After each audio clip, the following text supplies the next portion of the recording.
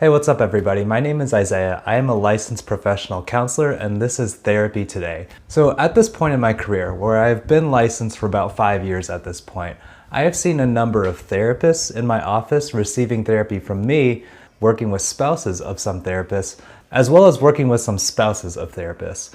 And so just as I've heard some of these stories, obviously I'm not sharing any of them specifically today because of confidentiality, but I wanted to talk about what some of those dynamics are like and some of the thoughts that go through my mind, hearing some of the struggles that they go through personally. So the point of this video is not to say that, oh, this therapist is not good because they struggle with this issue or some other issue, but really to humanize therapists. I think within our roles in society, people can start to think of us as having a lot of the answers, of us having the perfect life, the perfect marriage, the perfect parenting and all that stuff because we have this knowledge and we have this experience and we're helping guide other people through it as well. But as I'm reflecting through it, I know that's not the case in my life and I know that's not the case in all these other clients that I've been working with who also have similar training to mine and for some are way more experienced than I am as well. So I wanted to explore some of that today. As always, please do like and subscribe. That helps the channel to grow as we continue discussing more topics related to counseling, therapy, and mental health. Let's dive into it. So I think the first thought that comes into my head when a client maybe writes on their intake paperwork that they are a counselor or a therapist themselves of some kind, or when they share that for the first time in a session, one of my initial reactions is to feel a little more guarded, a little more aware of how I'm presenting myself because this is a professional. They know what questions I'm probably supposed to ask. They know what they would be following up on. They know what they would be asking of themselves. And so I feel some of the expectations that come with that. That's not necessarily a bad thing, but it's something I need to own and be aware of whenever I'm working with a therapist, that I'm not pretending to be this ideal version of a therapist so that they think I'm competent. Because what that does is get in the way of me actually developing a helpful and productive therapeutic relationship with them because I'm so busy trying to impress them or show them that I'm qualified. And that's also been tricky too because I've also seen kids of therapists, and you talk about pressure, treating someone's child in the first place is already a huge responsibility, but then when you add on the extra layer of they're a therapist themselves and you're treating their child, there's a lot of pressure that I feel with that. Because as a parent, they're already wanting to vet their child's therapist, and they also have the knowledge to do so at this point. So I do feel some of that pressure, even if some of those parents don't say anything, even if they're pretty hands-off with the process. But I do feel that extra amount of scrutiny that, oh, I need to make sure all my I's are dotted and my T's are crossed. And again, this is not anything that any of the parents that I've ever worked with have put on me. This is something that I feel myself. And so that's something I have to be aware of, that again, that this doesn't interfere with the process of me developing a helpful relationship with these kids that I work with just because their parent is such and such therapist or their therapist is also, practicing somewhere nearby. And of course, as with all my clients, what I need to do in this situation is be open to communication, be open to feedback if there is something that I'm missing.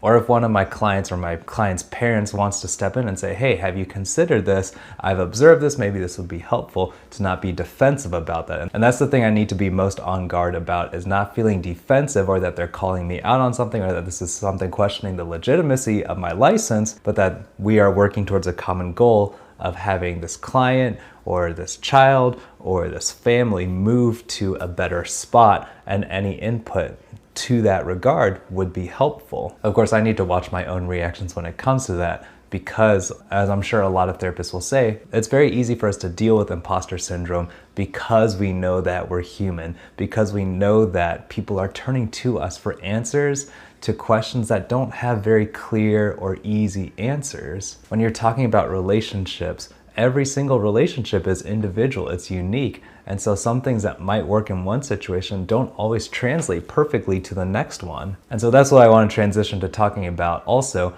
is seeing therapists as human beings and not people who are perfect and have all these answers. I'll admit there are some times when I hear maybe a client's spouse is a therapist, and I had this initial reaction of like, wow, why can't they see their own blind spots? Like, why are they not aware that they are contributing to this pattern or that harmful interaction when they're a therapist themselves. Like, how is that possible? And at the same time, the number of times I've seen therapists as clients, and when I just ask them, hey, if your client had told you what you just told me, what would you tell them? And they're like, oh, right? Like, we don't see our blind spots a lot of the times. But when we're working in a professional capacity, yeah, sometimes we see those patterns really easily and really vividly. And I'm not immune to this either. I don't want this to come off as like, oh, other therapists are unaware and, I'm very aware of my own blind spots. No, this is a process for myself as well, that I still deal with anger. I still deal with pride. I still deal with a bunch of frustrations. My wife could tell you there are so many things that are really frustrating about our relationship and our communication sometimes, that even though I'm a therapist, that does not get rid of that problem. So the purpose of this video is not to say that, oh, therapists are terrible people, you shouldn't trust them with your mental health. This is that, hey, we are human as well, and we're going along with you on this journey, not that we've already made it to the destination and are just giving you the directions to get to that point. We are walking alongside with you, and we're exploring what is going to work for you as well. And as we do this process, hopefully we're getting our own help, our own support, becoming better people ourselves. But that does not mean, again, that we've made it, that our relationships are 100% perfect, or that our parenting is great all the time. And that's something I do struggle with sometimes, and I appreciate your feedback in the comments. Should a therapist's life be a reflection of their legitimacy in the mental health field? So if you have somebody who is maybe doing family counseling or individual counseling, and maybe their individual life is a wreck, or maybe they're not able to communicate in their marriage or with their kids, how much of that factors into the credibility that a therapist might actually have in their practice? And I don't have a clear answer to that. I don't think that was ever really discussed as much in my counseling programs or in supervision in the licensing process. And there's something to be said for a separation between our personal and our professional lives, and that's why I don't make friends with my clients. That's why I try to keep that separation between my work life and my personal life. Now, obviously with the YouTube channel, that might get blurred a little bit because I am sharing more about myself than I typically do on this channel, at least than I do with clients. But that is a protection in some aspects for us to be able to do our work without having to worry about, oh man, I just yelled at my kid the other day. How is that going to reflect on the advice or the feedback that I'm giving to this parent who is coming to me for help with parenting? But sometimes in some situations, that's going to be unavoidable, where you have some of those dual relationships, or where you're working with somebody and maybe they just catch you at a bad moment when you're out in public, or there's just something going on and they happen to notice or pick up on some signs. How much would that influence your view of your therapist, and how would that influence the relationship you have with your therapist if you were to notice that they were struggling with something of their own, or had a glaring blind spot that everyone else can see but they're not able to address or change? And as a follow-up to this, if you are a client or if you're a therapist, this is why processing an interaction in public with your client after the fact is really important. And so I've run into clients at different kids activities before, where my kids were participating and their kids were, and we happened to see each other and say hi.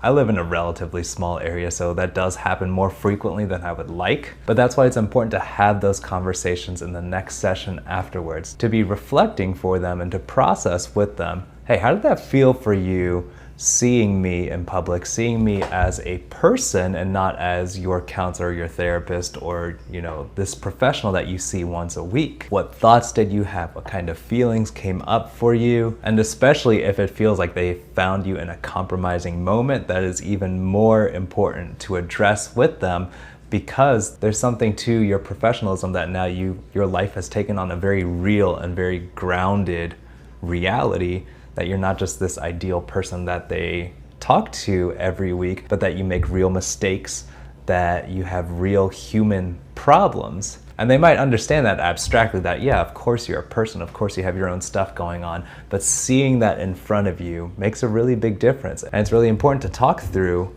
how that affects that counseling relationship after they've seen you kind of in that more personal way. But so those are some of my thoughts that have been knocking around my head as I've seen a bunch of clients who are therapists themselves, or have family members who are therapists, or kids of therapists, just because there are a lot of reactions that go into that. And in some cases, because it is a bit of a blending of my professional relationships with these other mental health professionals and also seeing them for their personal stuff. I don't have a lot of clear answers except that communication is really key when it comes to all of this, and it has to be, if you're the client, it has to be on your therapist to initiate those communications, to point out the elephant in the room and be willing to talk about it. It's probably going to be uncomfortable, it's probably going to be weird and awkward, and a lot of times it may feel like nothing really happened with that conversation, but it's important for them to check in with you if you are the client in this situation to make sure of what's going on and not to just ignore it and hope that it's okay.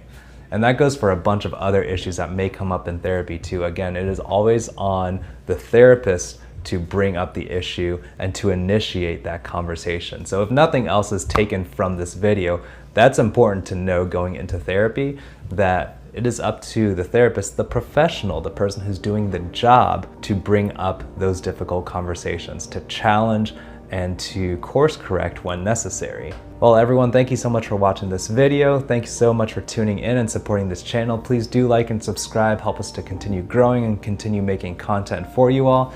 Thank you so much for checking out this channel. I'll see you all next time.